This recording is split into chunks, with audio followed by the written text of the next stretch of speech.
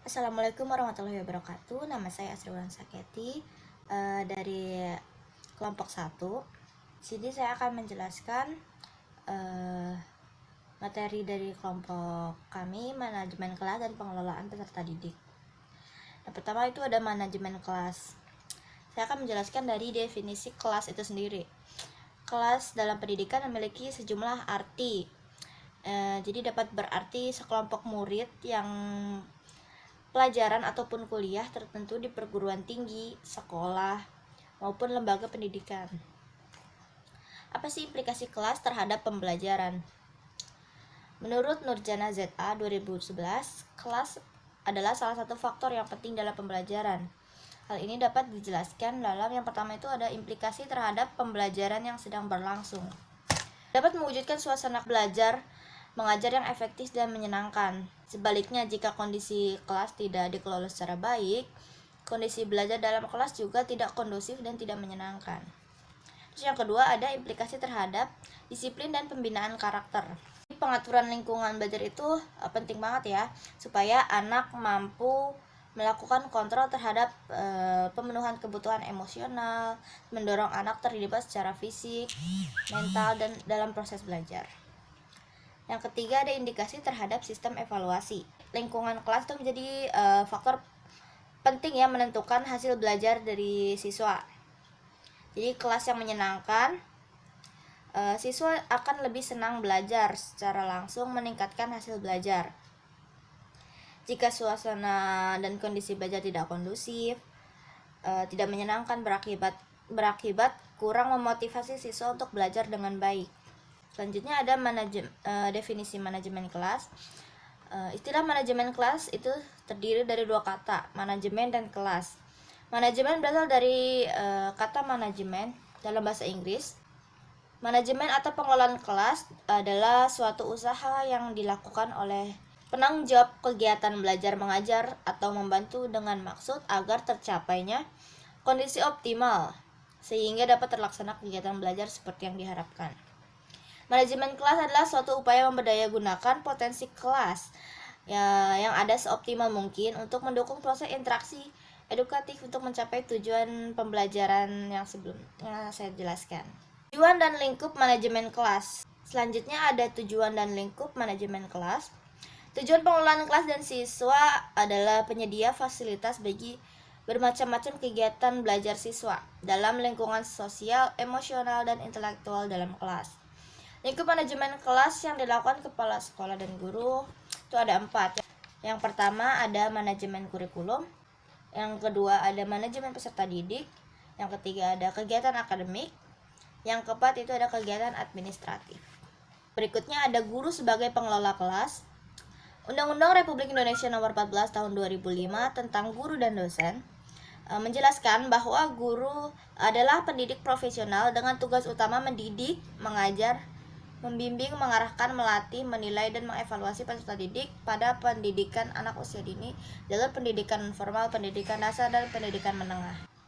Nah, guru itu sendiri merupakan suatu profesi yang berarti jabatan yang memerlukan keahlian khusus. Sebagai guru tidak dapat dilakukan oleh sembarangan orang di luar bidang pendidikan. Peranan guru itu berkembang seiring dengan paradigma pendidikan mutakhir yang sedang berkembang. Yang pertama itu ada peran guru sebagai pendidik. Peran guru sebagai pendidik itu jadi guru tidak mengabaikan begitu saja aspek kepribadian dan sikap mental peserta didik, tetapi membina dan mengembangkan melalui pesan-pesan didik, keteladanan, kebiasaan tingkah laku yang terpuji, dan sebagainya. Yang kedua itu ada peran guru sebagai pengajar dan pelatih. Dalam peran guru ini, guru mengurangi dominasi peran di dalam kelas dan lebih menonjolkan peran-perannya sebagai pembimbing, fasilitator, mediator, dan motivator. Yang ketiga peran guru dalam administrasi. Guru dapat berperan sebagai pengambilan inisiatif, wakil masyarakat, pelaksana administrasi pendidikan, dan lain sebagainya. Yang 4, peran guru dalam bimbingan dan konseling atau BK. Yang kita tahu peran guru dalam BK itu berperan sebagai bimbingan, memberi bimbingan kepada siswa, memahami siswa sebagai individu, terus memperbaiki tingkah laku. Selanjutnya ada peran guru secara pribadi. Guru memiliki perilaku dan profesionalitas yang memadai untuk mengembangkan siswa secara utuh. Jadi guru itu harus menguasai berbagai hal dan segala kompetensi yang dia miliki.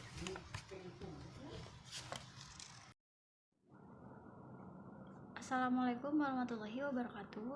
Saya Tarumesi. Di sini saya akan menjelaskan tentang faktor-faktor manajemen kelas, prinsip-prinsip manajemen kelas, pelaksanaan manajemen kelas, dan iklim mempengaruhi manajemen kelas.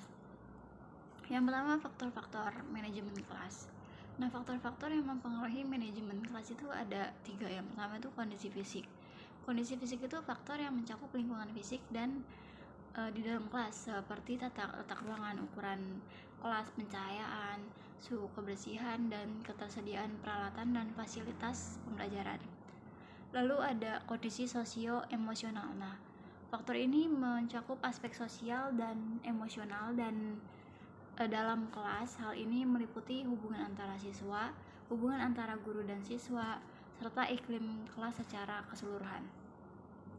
Lalu yang terakhir ada kondisi organisasional, yaitu faktor berkaitan dengan struktur dan tata kelola sekolah yang dapat mempengaruhi manajemen kelas. Nah, beberapa faktor organisasional yang dapat mempengaruhi perencanaan manajemen kelas itu termasuk kebijakan sekolah, prosedur administratif, alokasi sumber daya, dan dukungan kepala sekolah dan kolaborasi antara guru-guru. Nah, selain faktor, ada juga nih prinsip-prinsip manajemen kelas, yaitu ada 6 prinsip-prinsip manajemen kelas, yaitu hangat dan antusias. Nah, prinsip ini mengacu pada pentingnya guru menciptakan hubungan yang positif dengan siswa dengan bersikap hangat, ramah, dan antusias. Sikap ini dapat membantu menciptakan iklim kelas yang nyaman, saling percaya, dan mendukung. Lalu yang kedua ada tantangan. Prinsip ini mencakup memberikan tantangan yang sesuai dengan kemampuan siswa. Nah, dengan memberikan tugas-tugas dan kegiatan yang menantang namun dapat dicapai. Nah, guru dapat membantu meningkatkan motivasi siswa, mengurangi kebosanan, dan meminimalkan potensi gangguan dalam kelas. Dan yang ketiga itu ada bervariasi. Nah, prinsip ini mengacu pada pentingnya variasi dalam pengajaran dan pembelajaran. Guru perlu menyediakan berbagai macam kegiatan, metode, dan materi pembelajaran yang menarik dan relevan agar siswa tetap tertarik dan terlibat dalam pembelajaran. Lalu yang keempat ada keluasan. Nah, prinsip ini mengandung arti bahwa guru perlu fleksibel dan responsif terhadap kebutuhan siswa. Guru harus mampu menyesuaikan pendekatan pengajaran dan manajemen kelas sesuai dengan situasi, kebutuhan individu atau kelompok siswa. Lalu yang kelima ada penekanan pada hal-hal yang positif. Nah, prinsip ini menekankan pentingnya memberikan pengakuan dan penguatan positif terhadap perilaku pencapaian siswa. Dan yang terakhir ada penanaman disiplin diri. Nah, prinsip ini tuh mengacu pada pentingnya mengajarkan siswa tentang disiplin diri dan tanggung jawab atas perilaku mereka. Jadi guru tuh perlu membantu siswa mengembangkan pemahaman tentang aturan norma dan tata tertib di kelas. Selain prinsip ada juga pelaksanaan manajemen kelas. Nah, pelaksanaan manajemen kelas ini ada 8. Yang pertama itu ada pendekatan otoriter. Nah, pendekatan ini melibatkan guru yang memiliki kekuasaan dan otoritas dalam mengatur kelas. Guru memainkan peran dominan dalam pengambilan keputusan dan penerapan aturan yang ketat. Lalu yang kedua ada pendekatan intimidasi. Nah, pendekatan ini mencakup penggunaan ancaman tekanan atau kekerasan sebagai cara untuk mengendalikan perilaku siswa. Nah, pendekatan ini tidak dianjurkan karena berdampak negatif pada siswa dan menciptakan lingkungan yang tidak aman. Dan yang ketiga ada pendekatan permisif. Pendekatan ini memberikan kebebasan yang besar kepada siswa tanpa aturan yang jelas atau konsekuensi yang jelas. Lalu yang keempat ada pendekatan buku masak. Nah, pendekatan ini maksudnya melibatkan penggunaan langkah-langkah yang telah ditentukan secara kaku atau dalam mengelola kelas. Nah, guru mengikuti panduan yang telah ditetapkan tanpa banyak improvisasi dan penyesuaian. Jadi hanya mengikuti langkah-langkah yang sudah ada di buku.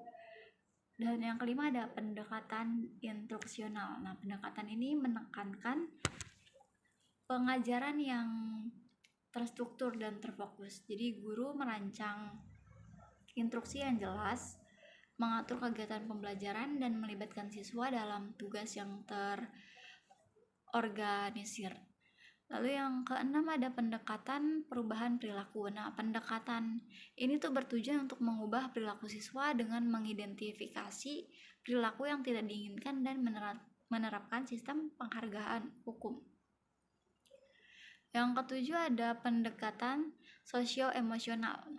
Pendekatan ini memperhatikan aspek sosial dan emosional dalam mengelola kelas. Jadi guru tuh berusaha membangun hubungan positif dengan siswa, memperlihatkan kebutuhan emosional mereka dan menciptakan lingkungan yang inklusif dan mendukung. Dan yang terakhir ada pendekatan sistem sosial. Nah, pendekatan ini melihat kelas sebagai sistem sosial kompleks.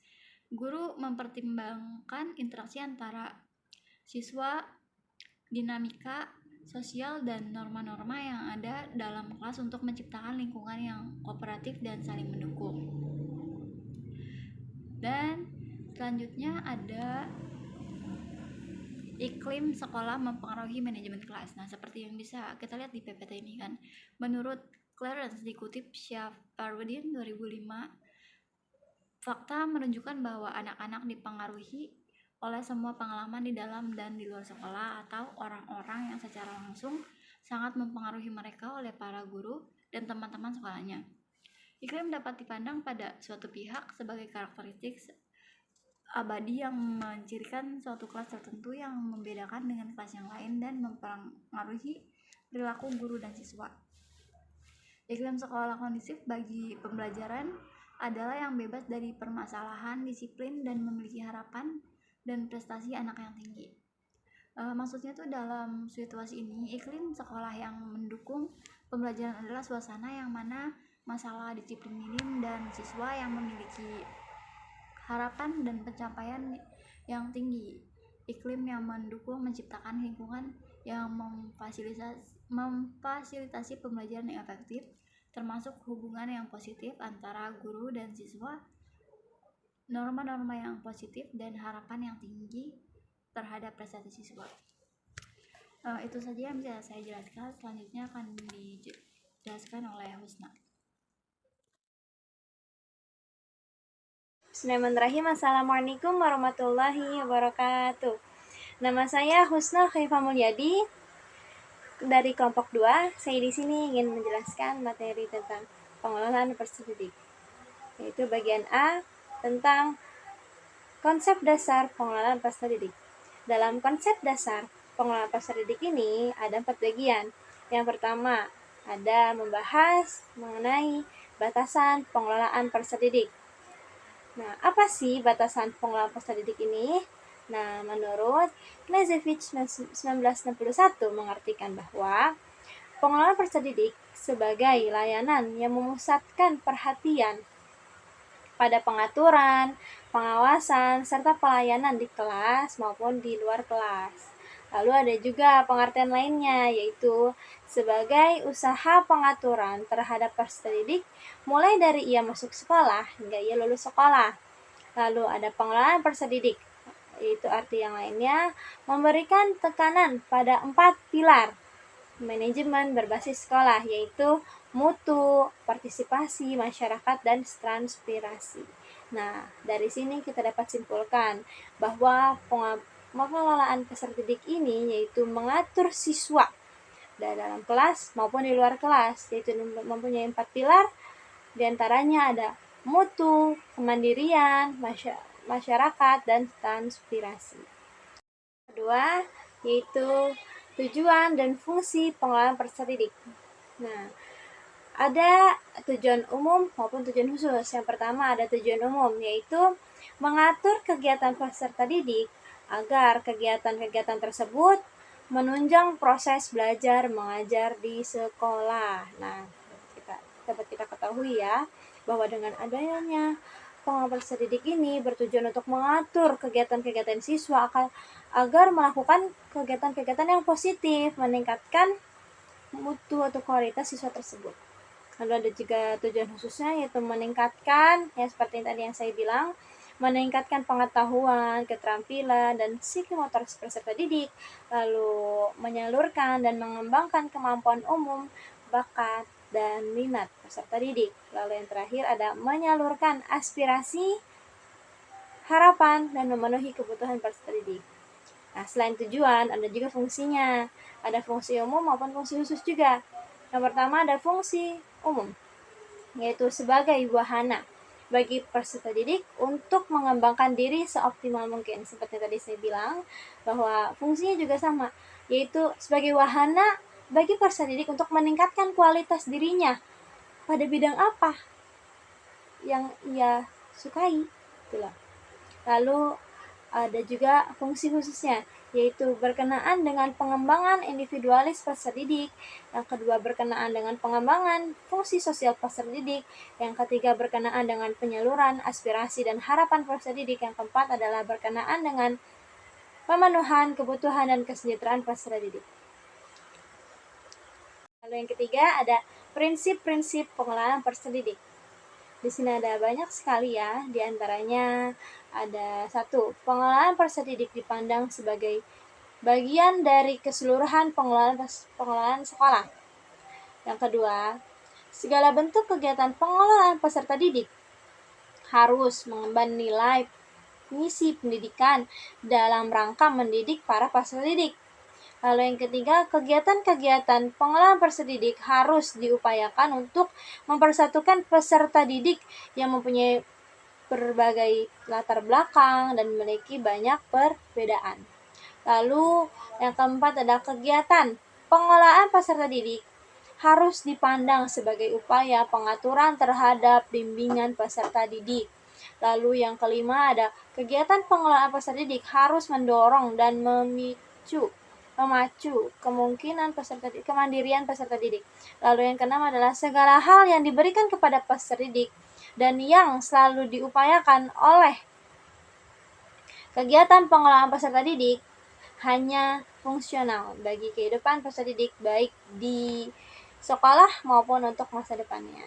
Nah, kita ambil salah satunya prinsipnya, yaitu pertama yaitu kegiatan pengelolaan peserta didik harus dipandang sebagai upaya pengaturan terhadap bimbingan peserta didik. Seperti tadi ya, kita kan sudah mengetahui artinya pengelolaan peserta didik, yaitu mengatur. Nah, tujuannya untuk meningkatkan, fungsinya juga untuk meningkatkan kualitas peserta didik. Nah, di sini nih prinsipnya, yaitu sebagai upaya pengaturan terhadap bimbingan peserta didik. Nah, dengan kita mengatur, membimbing peserta didik, nah bisa membuat peserta didik itu menjadi siswa yang berkualitas. Lalu yang terakhir yaitu pendekatan pengelolaan peserta didik. Ada 2 pendekatan yang digunakan dalam pengelolaan peserta didik, yaitu pendekatan kuantitatif dan pendekatan kualitatif. Apa sih pendekatan kuantitatif itu? Yaitu pendekatan ini lebih kepada menitik beratkan pada segi-segi administratif dan birokratik lembaga pendidikan. Nah, yang kedua, pendekatan kualitatif. Pendekatan kualitatif lebih kepada memperhatikan kesejahteraan siswa. Nah, dapat kita simpulkan ya, bahwa pendekatan kualitatif itu tertuju kepada mengatur administrasi siswa, mengatur administrasi lembaga pendidikan. Lalu kalau yang kedua, itu lebih kepada bagaimana cara mengatur membimbing atau cara untuk mensejahterakan siswa, bukan hanya mengatur tapi juga bisa mensejahterakan siswa peserta didik. Seperti itu, mungkin cukup sekian yang dapat saya jelaskan, dapat saya sampaikan. Terima kasih. Assalamualaikum warahmatullahi wabarakatuh.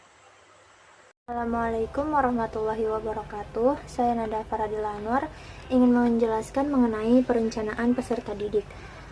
Perencanaannya itu terbagi menjadi 3. Yang pertama ada batasan perencanaan peserta didik, yang kedua ada langkah-langkah perencanaan peserta didik, lalu yang ketiga ada raker perumusan rencana kegiatan peserta didik. Yang pertama, batasan perencanaan peserta didik. Perencanaan peserta didik adalah aktivitas memikirkan tentang hal-hal yang berkenaan dengan peserta didik, baik saat peserta didik akan memasuki sekolah, saat selama belajar di sekolah, maupun saat lulus di sekolah. Lalu yang kedua itu ada langkah-langkah perencanaan peserta didik. Ada beberapa langkah yang harus ditempuh dalam perencanaan peserta didik, yaitu sebagai berikut. Yang pertama itu ada perkiraan atau forecasting. Dengan menggunakan teknik perkiraan yang tepat, organisasi atau individu dapat membuat keputusan yang lebih baik, mengelola resiko, dan merencanakan tindakan yang efektif di masa depan. Lalu yang kedua itu ada perumusan tujuan, ada kebijakan, penyusunan program, prosedur langkah-langkah, penjadwalan, dan pembiayaan. Lalu yang ketiga itu ada raker, perumusan rencana kegiatan peserta didik. Salah satu karakteristik perencanaan peserta didik, selain tinggi muatan bottom up-nya, juga banyak melibatkan guru, karyawan, wakil orang tua, komite sekolah, masyarakat, dan stakeholders, dan lainnya. Oleh karena itu, beberapa langkah operasional yang harus ditempuh oleh manajer pendidikan di sekolah adalah sebagai berikut. Yang pertama itu, bentuklah tim penyusun rencana. Lalu yang kedua, bentuklah panitia raker yang bertugas melaksanakan kegiatan raker, mulai dari awal hingga selesai. Yang ketiga itu ada, lakukan raker dengan agenda penyusunan rencana kerja sekolah dengan acara seremoni pembukaan, acara inti raker. Selanjutnya ada penerimaan peserta didik. Yang pertama itu ada kebijakan penerimaan peserta didik. Kebijakan penerimaan peserta didik menggunakan dasar-dasar manajemen peserta didik, yaitu seseorang yang diterima sebagai peserta didik, suatu lembaga pendidikan seperti sekolah harus memenuhi persyaratan sebagaimana yang telah ditentukan. Lalu yang kedua ada sistem penerimaan peserta didik. Ada 2 macam penerimaan peserta didik baru, yaitu dengan menggunakan sistem promosi dan menggunakan sistem seleksi. Sistem promosi adalah penerimaan peserta didik yang sebelumnya tanpa menggunakan seleksi. Sedangkan sistem seleksi digolongkan menjadi 3 macam, yaitu seleksi berdasarkan daftar nilai ujian nasional, seleksi berdasarkan penelusuran minat dan kemampuan atau PMDK, dan seleksi berdasarkan hasil tes masuk. Selanjutnya itu ada kriteria penerimaan peserta didik baru. Kriteria adalah patokan yang menentukan bisa atau tidaknya seseorang untuk diterima sebagai peserta didik. Ada 3 macam kriteria penerimaan peserta didik. Yang pertama ada kriteria acuan patokan atau yang disebut dengan standar kriteria reference. Lalu yang kedua ada kriteria acuan norma atau yang disebut dengan norm kriteria reference. Dan yang ketiga ada kriteria didasarkan atas daya tampung sekolah. Setelah kriteria ada prosedur penerimaan peserta didik baru.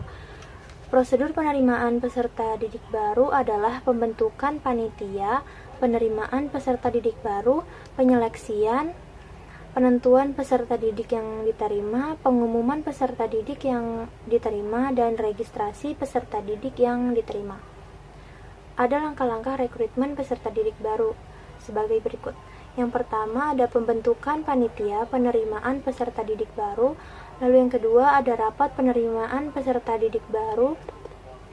Yang ketiga ada pembuatan, pengiriman atau pemasangan pengumuman. Lalu ada pendaftaran calon peserta didik baru. Yang kelima ada seleksi peserta didik baru. Selanjutnya penentuan peserta didik yang diterima, dan yang terakhir pendaftaran ulang. Sekian dari saya, terima kasih.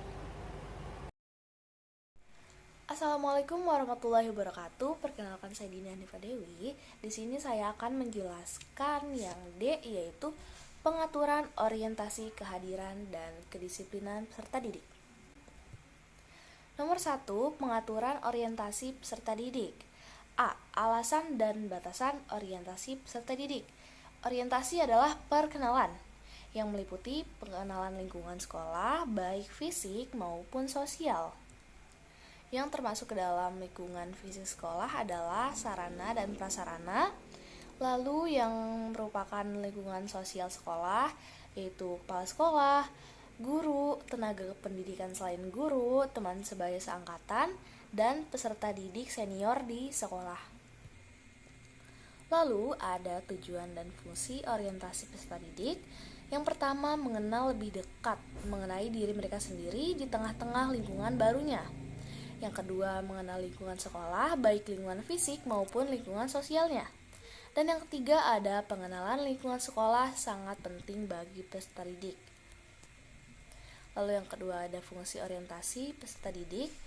Yang pertama, bagi peserta didik, fungsinya untuk menyatakan diri di lingkungan sosial dan mengenal lingkungan barunya. Yang kedua, bagi personalia sekolah, untuk mengetahui peserta didik dan memberikan layanan yang tepat dengan apa yang mereka butuhkan.